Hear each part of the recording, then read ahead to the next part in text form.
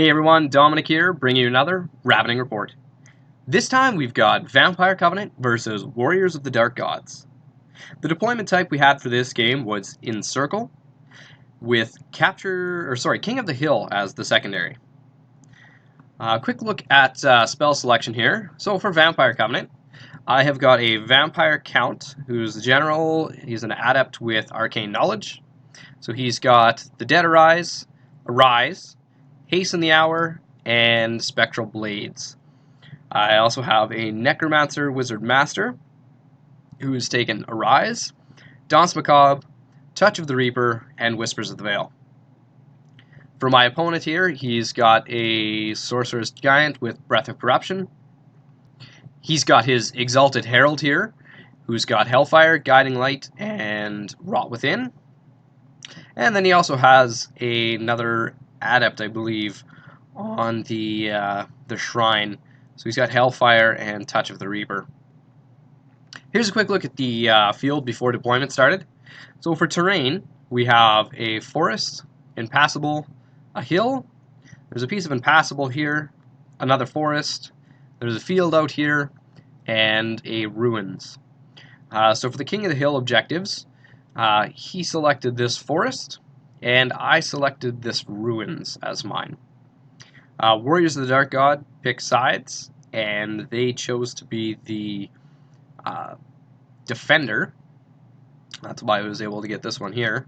And I believe we started putting units down first, and after a while, Vampire Covenant decided to drop to take first turn. So I have a unit of 25 zombies with standard musician, my Shrieking Horror, another unit of 25 zombies with standard and musician. In there I have the Necromancer, Talisman of the Void, and Talisman of Shielding, and the Vampire General in here, Legend of the Black King, True Thirst, Arcane Knowledge, and that's pretty much it. Adept, much cheaper vampire than I'm used to playing. I have a unit of 8 Wraiths. Beside that, we've got a big unit of 31 Barrow Guard with full command, black standard, and great weapons. In that unit, I have a Barrow King BSB, great weapon. He's got the Blessed Inscriptions on that, and he's got the Destiny's Call. Behind there, I've got 4 Giant Bats, and over here we have a massive unit, 46 Skeleton Spears, full command, Legion Standard, and lastly on the flank, I've got a unit of 8 Barrow Knights with a Standard and Musician with the Banner of Speed. For Warriors, he's got a Warrior Chariot, a unit of Barbarians. He's got a unit of 5 Forsaken with his Doom Lord inside of there. He's got that Giant, Big Brother Giant. He's got a unit of Envy Halberdier Warriors with that Shrine in the unit. He's got his Exalted Herald over here. He's got a Chimera back here. And lastly, he's got some Wrath Knights with great weapons to finish off. That's kind of what the table looks like as we were starting turn 1. So just a quick idea of what my battle plan was here. I plan just to push with this one and kind of hold this. I'm knowing he's going to come to me to grab those objectives, and just kind of stay back in range with this side. So that was my plan to start. As you'll find out, I don't really think I stuck to my plan at all. But so it's turn 1. I move up these zombies up here just a little bit, and I shift my line ever so slightly forward, keeping in bubble ranges of leadership and march ranges to begin with. These knights, they just pivoted on the spot and headed towards the center. This guy's got 22 inches, so he can't even make that charge. And that's pretty much it. The one big thing, like I said, I abandoned my plan just because of that Exalted was over here, as well as the Knights, as well as the Chimera. I felt like it was just a little too much for me to deal with effectively at the time, so I moved the Shrieking Horror back behind my lines. We go into magic phase. We tried to snipe out the champion. He stopped that. And we did a Danse Macabre up here. The idea was just a cheap spell to gain a Veil token. Goes off, they move up, keeping within range of 12 of the general here. And we also managed to rise a bunch of zombies over here. But other than that, that's kind of how the table looks like as we start Warriors of the Dark Gods, turn 1. So like I said, he had quite a bit to push on this side, and he does so. He just pushes real hard over here. The rest of the lines, they actually don't move up that fast, and his chariot back here pivots and comes over here. He kind of felt like this was a mistake. We talked about the game afterwards. He felt like he should have went forward. I don't know if it would have made too big of a difference for what happened, but either way. That's kind of how things look like. We go into magic phase. He does Hellfire. I get lucky. He rolled Snake Eyes and only managed to kill one guy. But he did Touch of the Reaper. And this was dangerous because he did cause the D3 wounds. But I did ward save one of them. Or Aegis save one of them. So that was pretty risky. Yeah, we start turn 2, Vampire Covenants. That's kind of how the board is looking. With this one here, I decided to declare charge into the flank of the Chimera. It was an 11 on the dice, but there wasn't really too big of a downside as far as I could tell to trying to get that charge. And if I do, I could win and break him and then just keep these knights right in front. So we also declare this charge over here. I measured up my chaff, and there was only one thing that was going to cause a problem. But these guys fail. This guy makes it in. We move up the Great Bats to effectively chaff all 3 units, except for his Doom Lord is right on this corner, so he's going to be able to charge out. We move these guys over to this side, and I set up my magic phase here in hopes that we can get Danse Macabre off, essentially. I am within 8 to scream at this guy, but with a 4-up Aegis and like 6 wounds on this guy, chances are I'm not going to do it. We go to magic. We get a rise to gain that one guy back. He lets that go.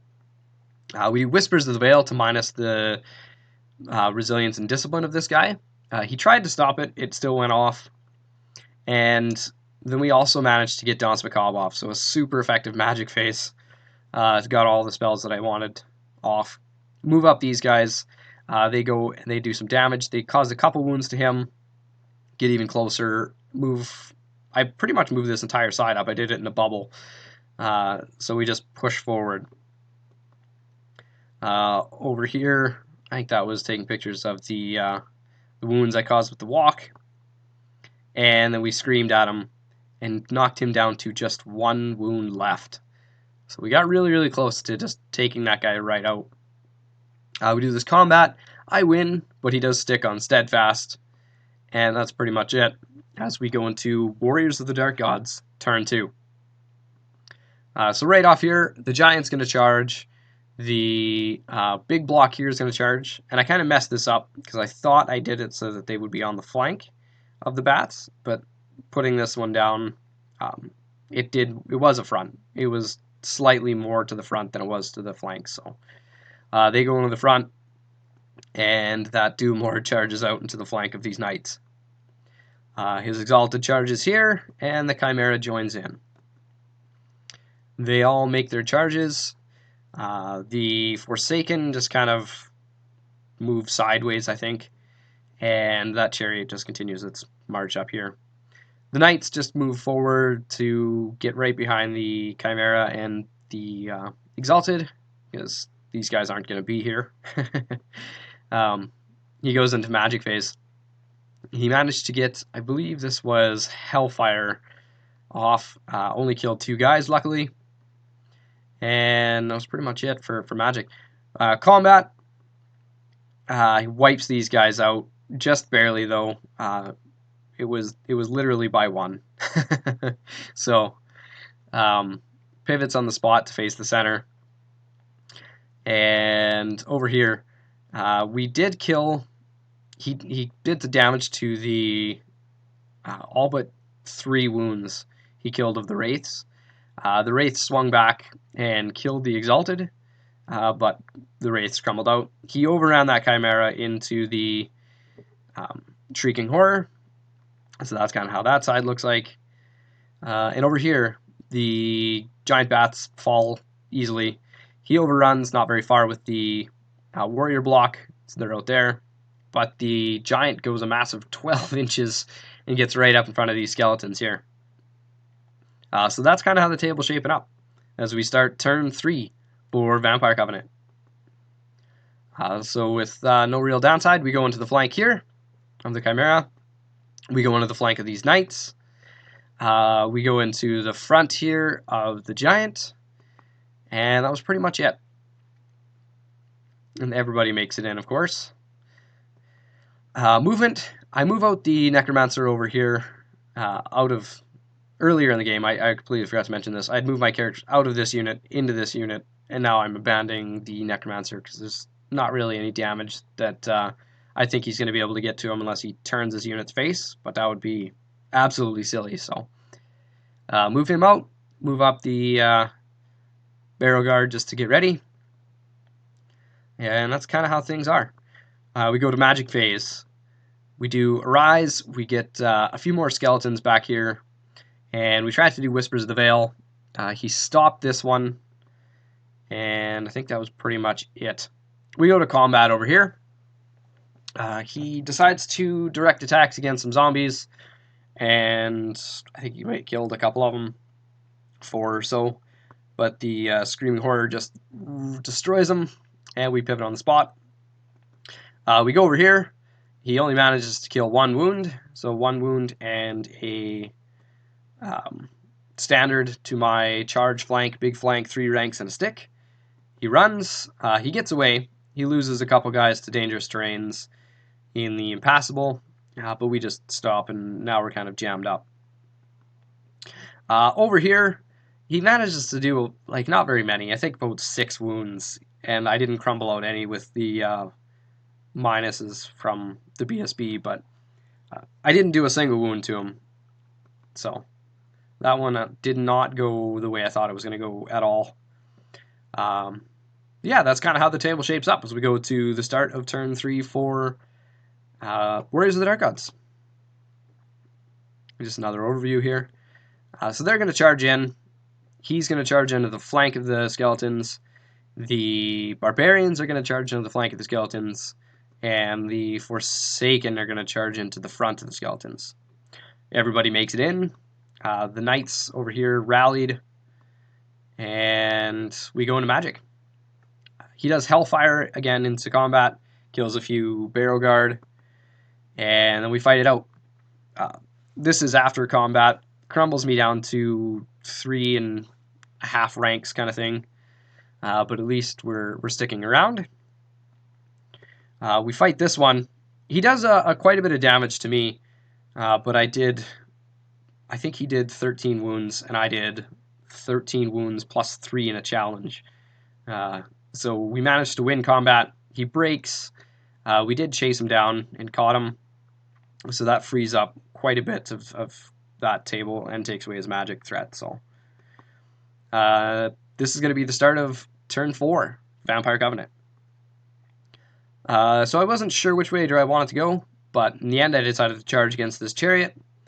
He holds, and that Shrieking Horror, since I can't march and I won't be able to get within screaming range, I declare that charge into the Knights.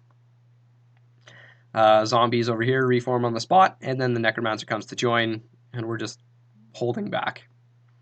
We go to Magic Phase. The General did a rise over here with 2 dice, and managed to get a 12 on the dice, so he let it go, raise enough guys back just to get within 18 of the second casting of a rise, which we did, but we also miscast and forgot the spell for the rest of the game on the Necromancer. So that did bring this unit up almost to full. We go to combat. He wipes out the skeletons here. The Giant and the Forsaken, actually I guess pretty much everything just pivots on the spot to face the Barrow Guard and Shrieking Horror. The Barrow Guard, well actually the Vampire himself kills the Chariot And with the Sword of True Thirst, brings back this unit to full strength now. And we kill the knights over here. We did suffer another wound. I think we actually suffered 2 wounds in that combat. Yeah, actually, no, it was 3. The knights did 1, and the horses did 2. So, and then I screamed him off the table. Start of Warriors, turn 4. The giant goes in to charge the horror, makes it in. These guys actually hold back. They kind of just all shimmy backwards. He didn't want anything to do with this unit quite where he was, and if he's got defense now, he's also distracting first turn, so kind of negates my +1 to hit banner. With no real magic, well, he did have Breath of Corruption, but we stopped it. We go right into combat. The giant, no problem, wipes out the horror and pivots on the spot, like so. So that's how the table looks like as we start turn 5 for Vampire Covenant. Over here, this one's pretty far. This one's auto-in, so we go after the giant. Of course, makes it in. I guess this is an overview. Moved up the Necromancer out of this unit, and then this unit just shimmied forward. We go to magic. We do Spectral Blades to get reroll failed to wound rolls up here. That one goes off. And we also did Whispers of the Veil over here to lower their resilience and their discipline. And we had tried to cast the snipe spell for D3 wounds here, but he did stop that one. Over here, we wipe out the giant. He did a little bit of wounds, very, very little wounds actually, to the Barrel Guard. The vampire himself did 4 wounds, so 4 guys got back up. Just maintaining them at full strength. And that's how the table looks like as we're starting turn 5 for Warriors of the Dark Gods. He really didn't have too terribly much. He wanted to keep me from grabbing this objective. So what he did is he throws the Forsaken over here, I guess as a sacrifice unit. I don't think he needed to do that. He probably could have just held back and preserved those points. But moves the Doom Lord over here. And that was it. We go turn 6 for Vampire Covenant. And since he so graciously offered me that unit, I'm going to take it. They make it in. Zombies continue moving forward. There's no way that they're going to do anything, but why not? We go to magic. We do Touch the Reaper over here. It did go off. I only rolled a 1 though, and he's got the minus. The first hit he suffers is negated, so didn't do anything. We also did Whispers of the Veil on this unit, and this one here has actually got a pretty good potential because this is exactly 6 inches between this unit here and this unit. So with that, he's got to take that test, even if it's at a -1 re-rolling. You know, I'd rather force him to make that check turn 6 than not.